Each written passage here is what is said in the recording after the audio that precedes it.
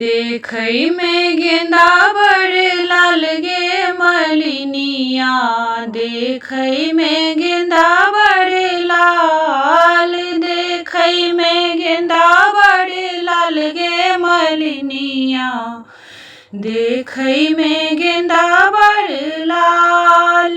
किनकर बाड़ी बेली चमेली, किनकर बाड़ी बेली चमेली, किनकर बाड़ी गुलाब गे मलिनिया, देखै में गेंदा बड़ लाल, देखै में गेंदा बड़ लाल गे मलिनिया, देखै में गेंदा बड़ लाल। शिव जी के बाड़ी बेली चमेली, शिव जी के बाड़ी बेली चमेली, गौरी के बाड़ी गुलाब गे मलिनिया, देखै में गेंदा बड़ लाल, देखै में गेंदा बड़ लाल गे मलिनिया, देखै में गेंदा बड़ लाल। कथिए में लोढ़ब बेली चमेली, कथिए में लोढ़ब बेली चमेली, कथिए में लोढ़ब गुलाब गे मलिनिया, देखै में गेंदा बड़ लाल।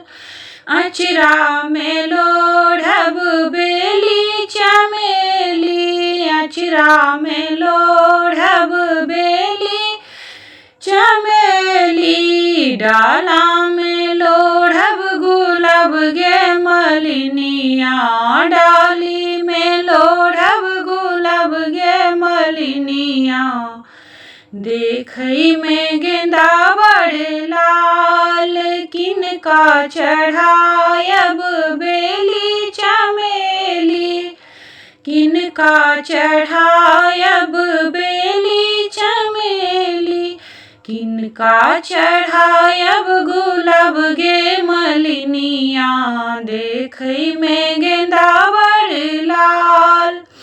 शिव के चढ़ायब बेली चमेली, शिव जी चढ़ायब बेली चमेली, गौरी चढ़े बनी गुलाब गे मलिनिया, देखै में गेंदा बड़ लाल, देखै में गेंदा बड़ लाल गे मलिनिया, देखै में गेंदा बड़ लाल। किनका समांगब अनधन लक्ष्मी, किनका समांगब अनधन लक्ष्मी, किनका समांगब सोहाग गे मलिनिया, देखै में गेंदा बड़ लाल। शिव जी समांगब अनधन लक्ष्मी, शिव जी समांगब अनधन लक्ष्मी, गौरी समांगब सोहाग गे मलिनिया, देखै में गेंदा बड़ लाल, देखै में गेंदा बड़ लाल गे मलिनिया, देखै में गेंदा बड़ लाल। तो ई जे गीत अहाँ सब सुनलहुँ से मिथिला में अहाँके फुललोढ़ी के गीत छलै। जेना मधुश्रावणी पाबनि में जे फुललोढ़ी होइ छै 15 दिन, पंचमी से लऽ कऽ मधुश्रावणी तक, तऽ फूल लोढ़े काल के ई गीत छलै।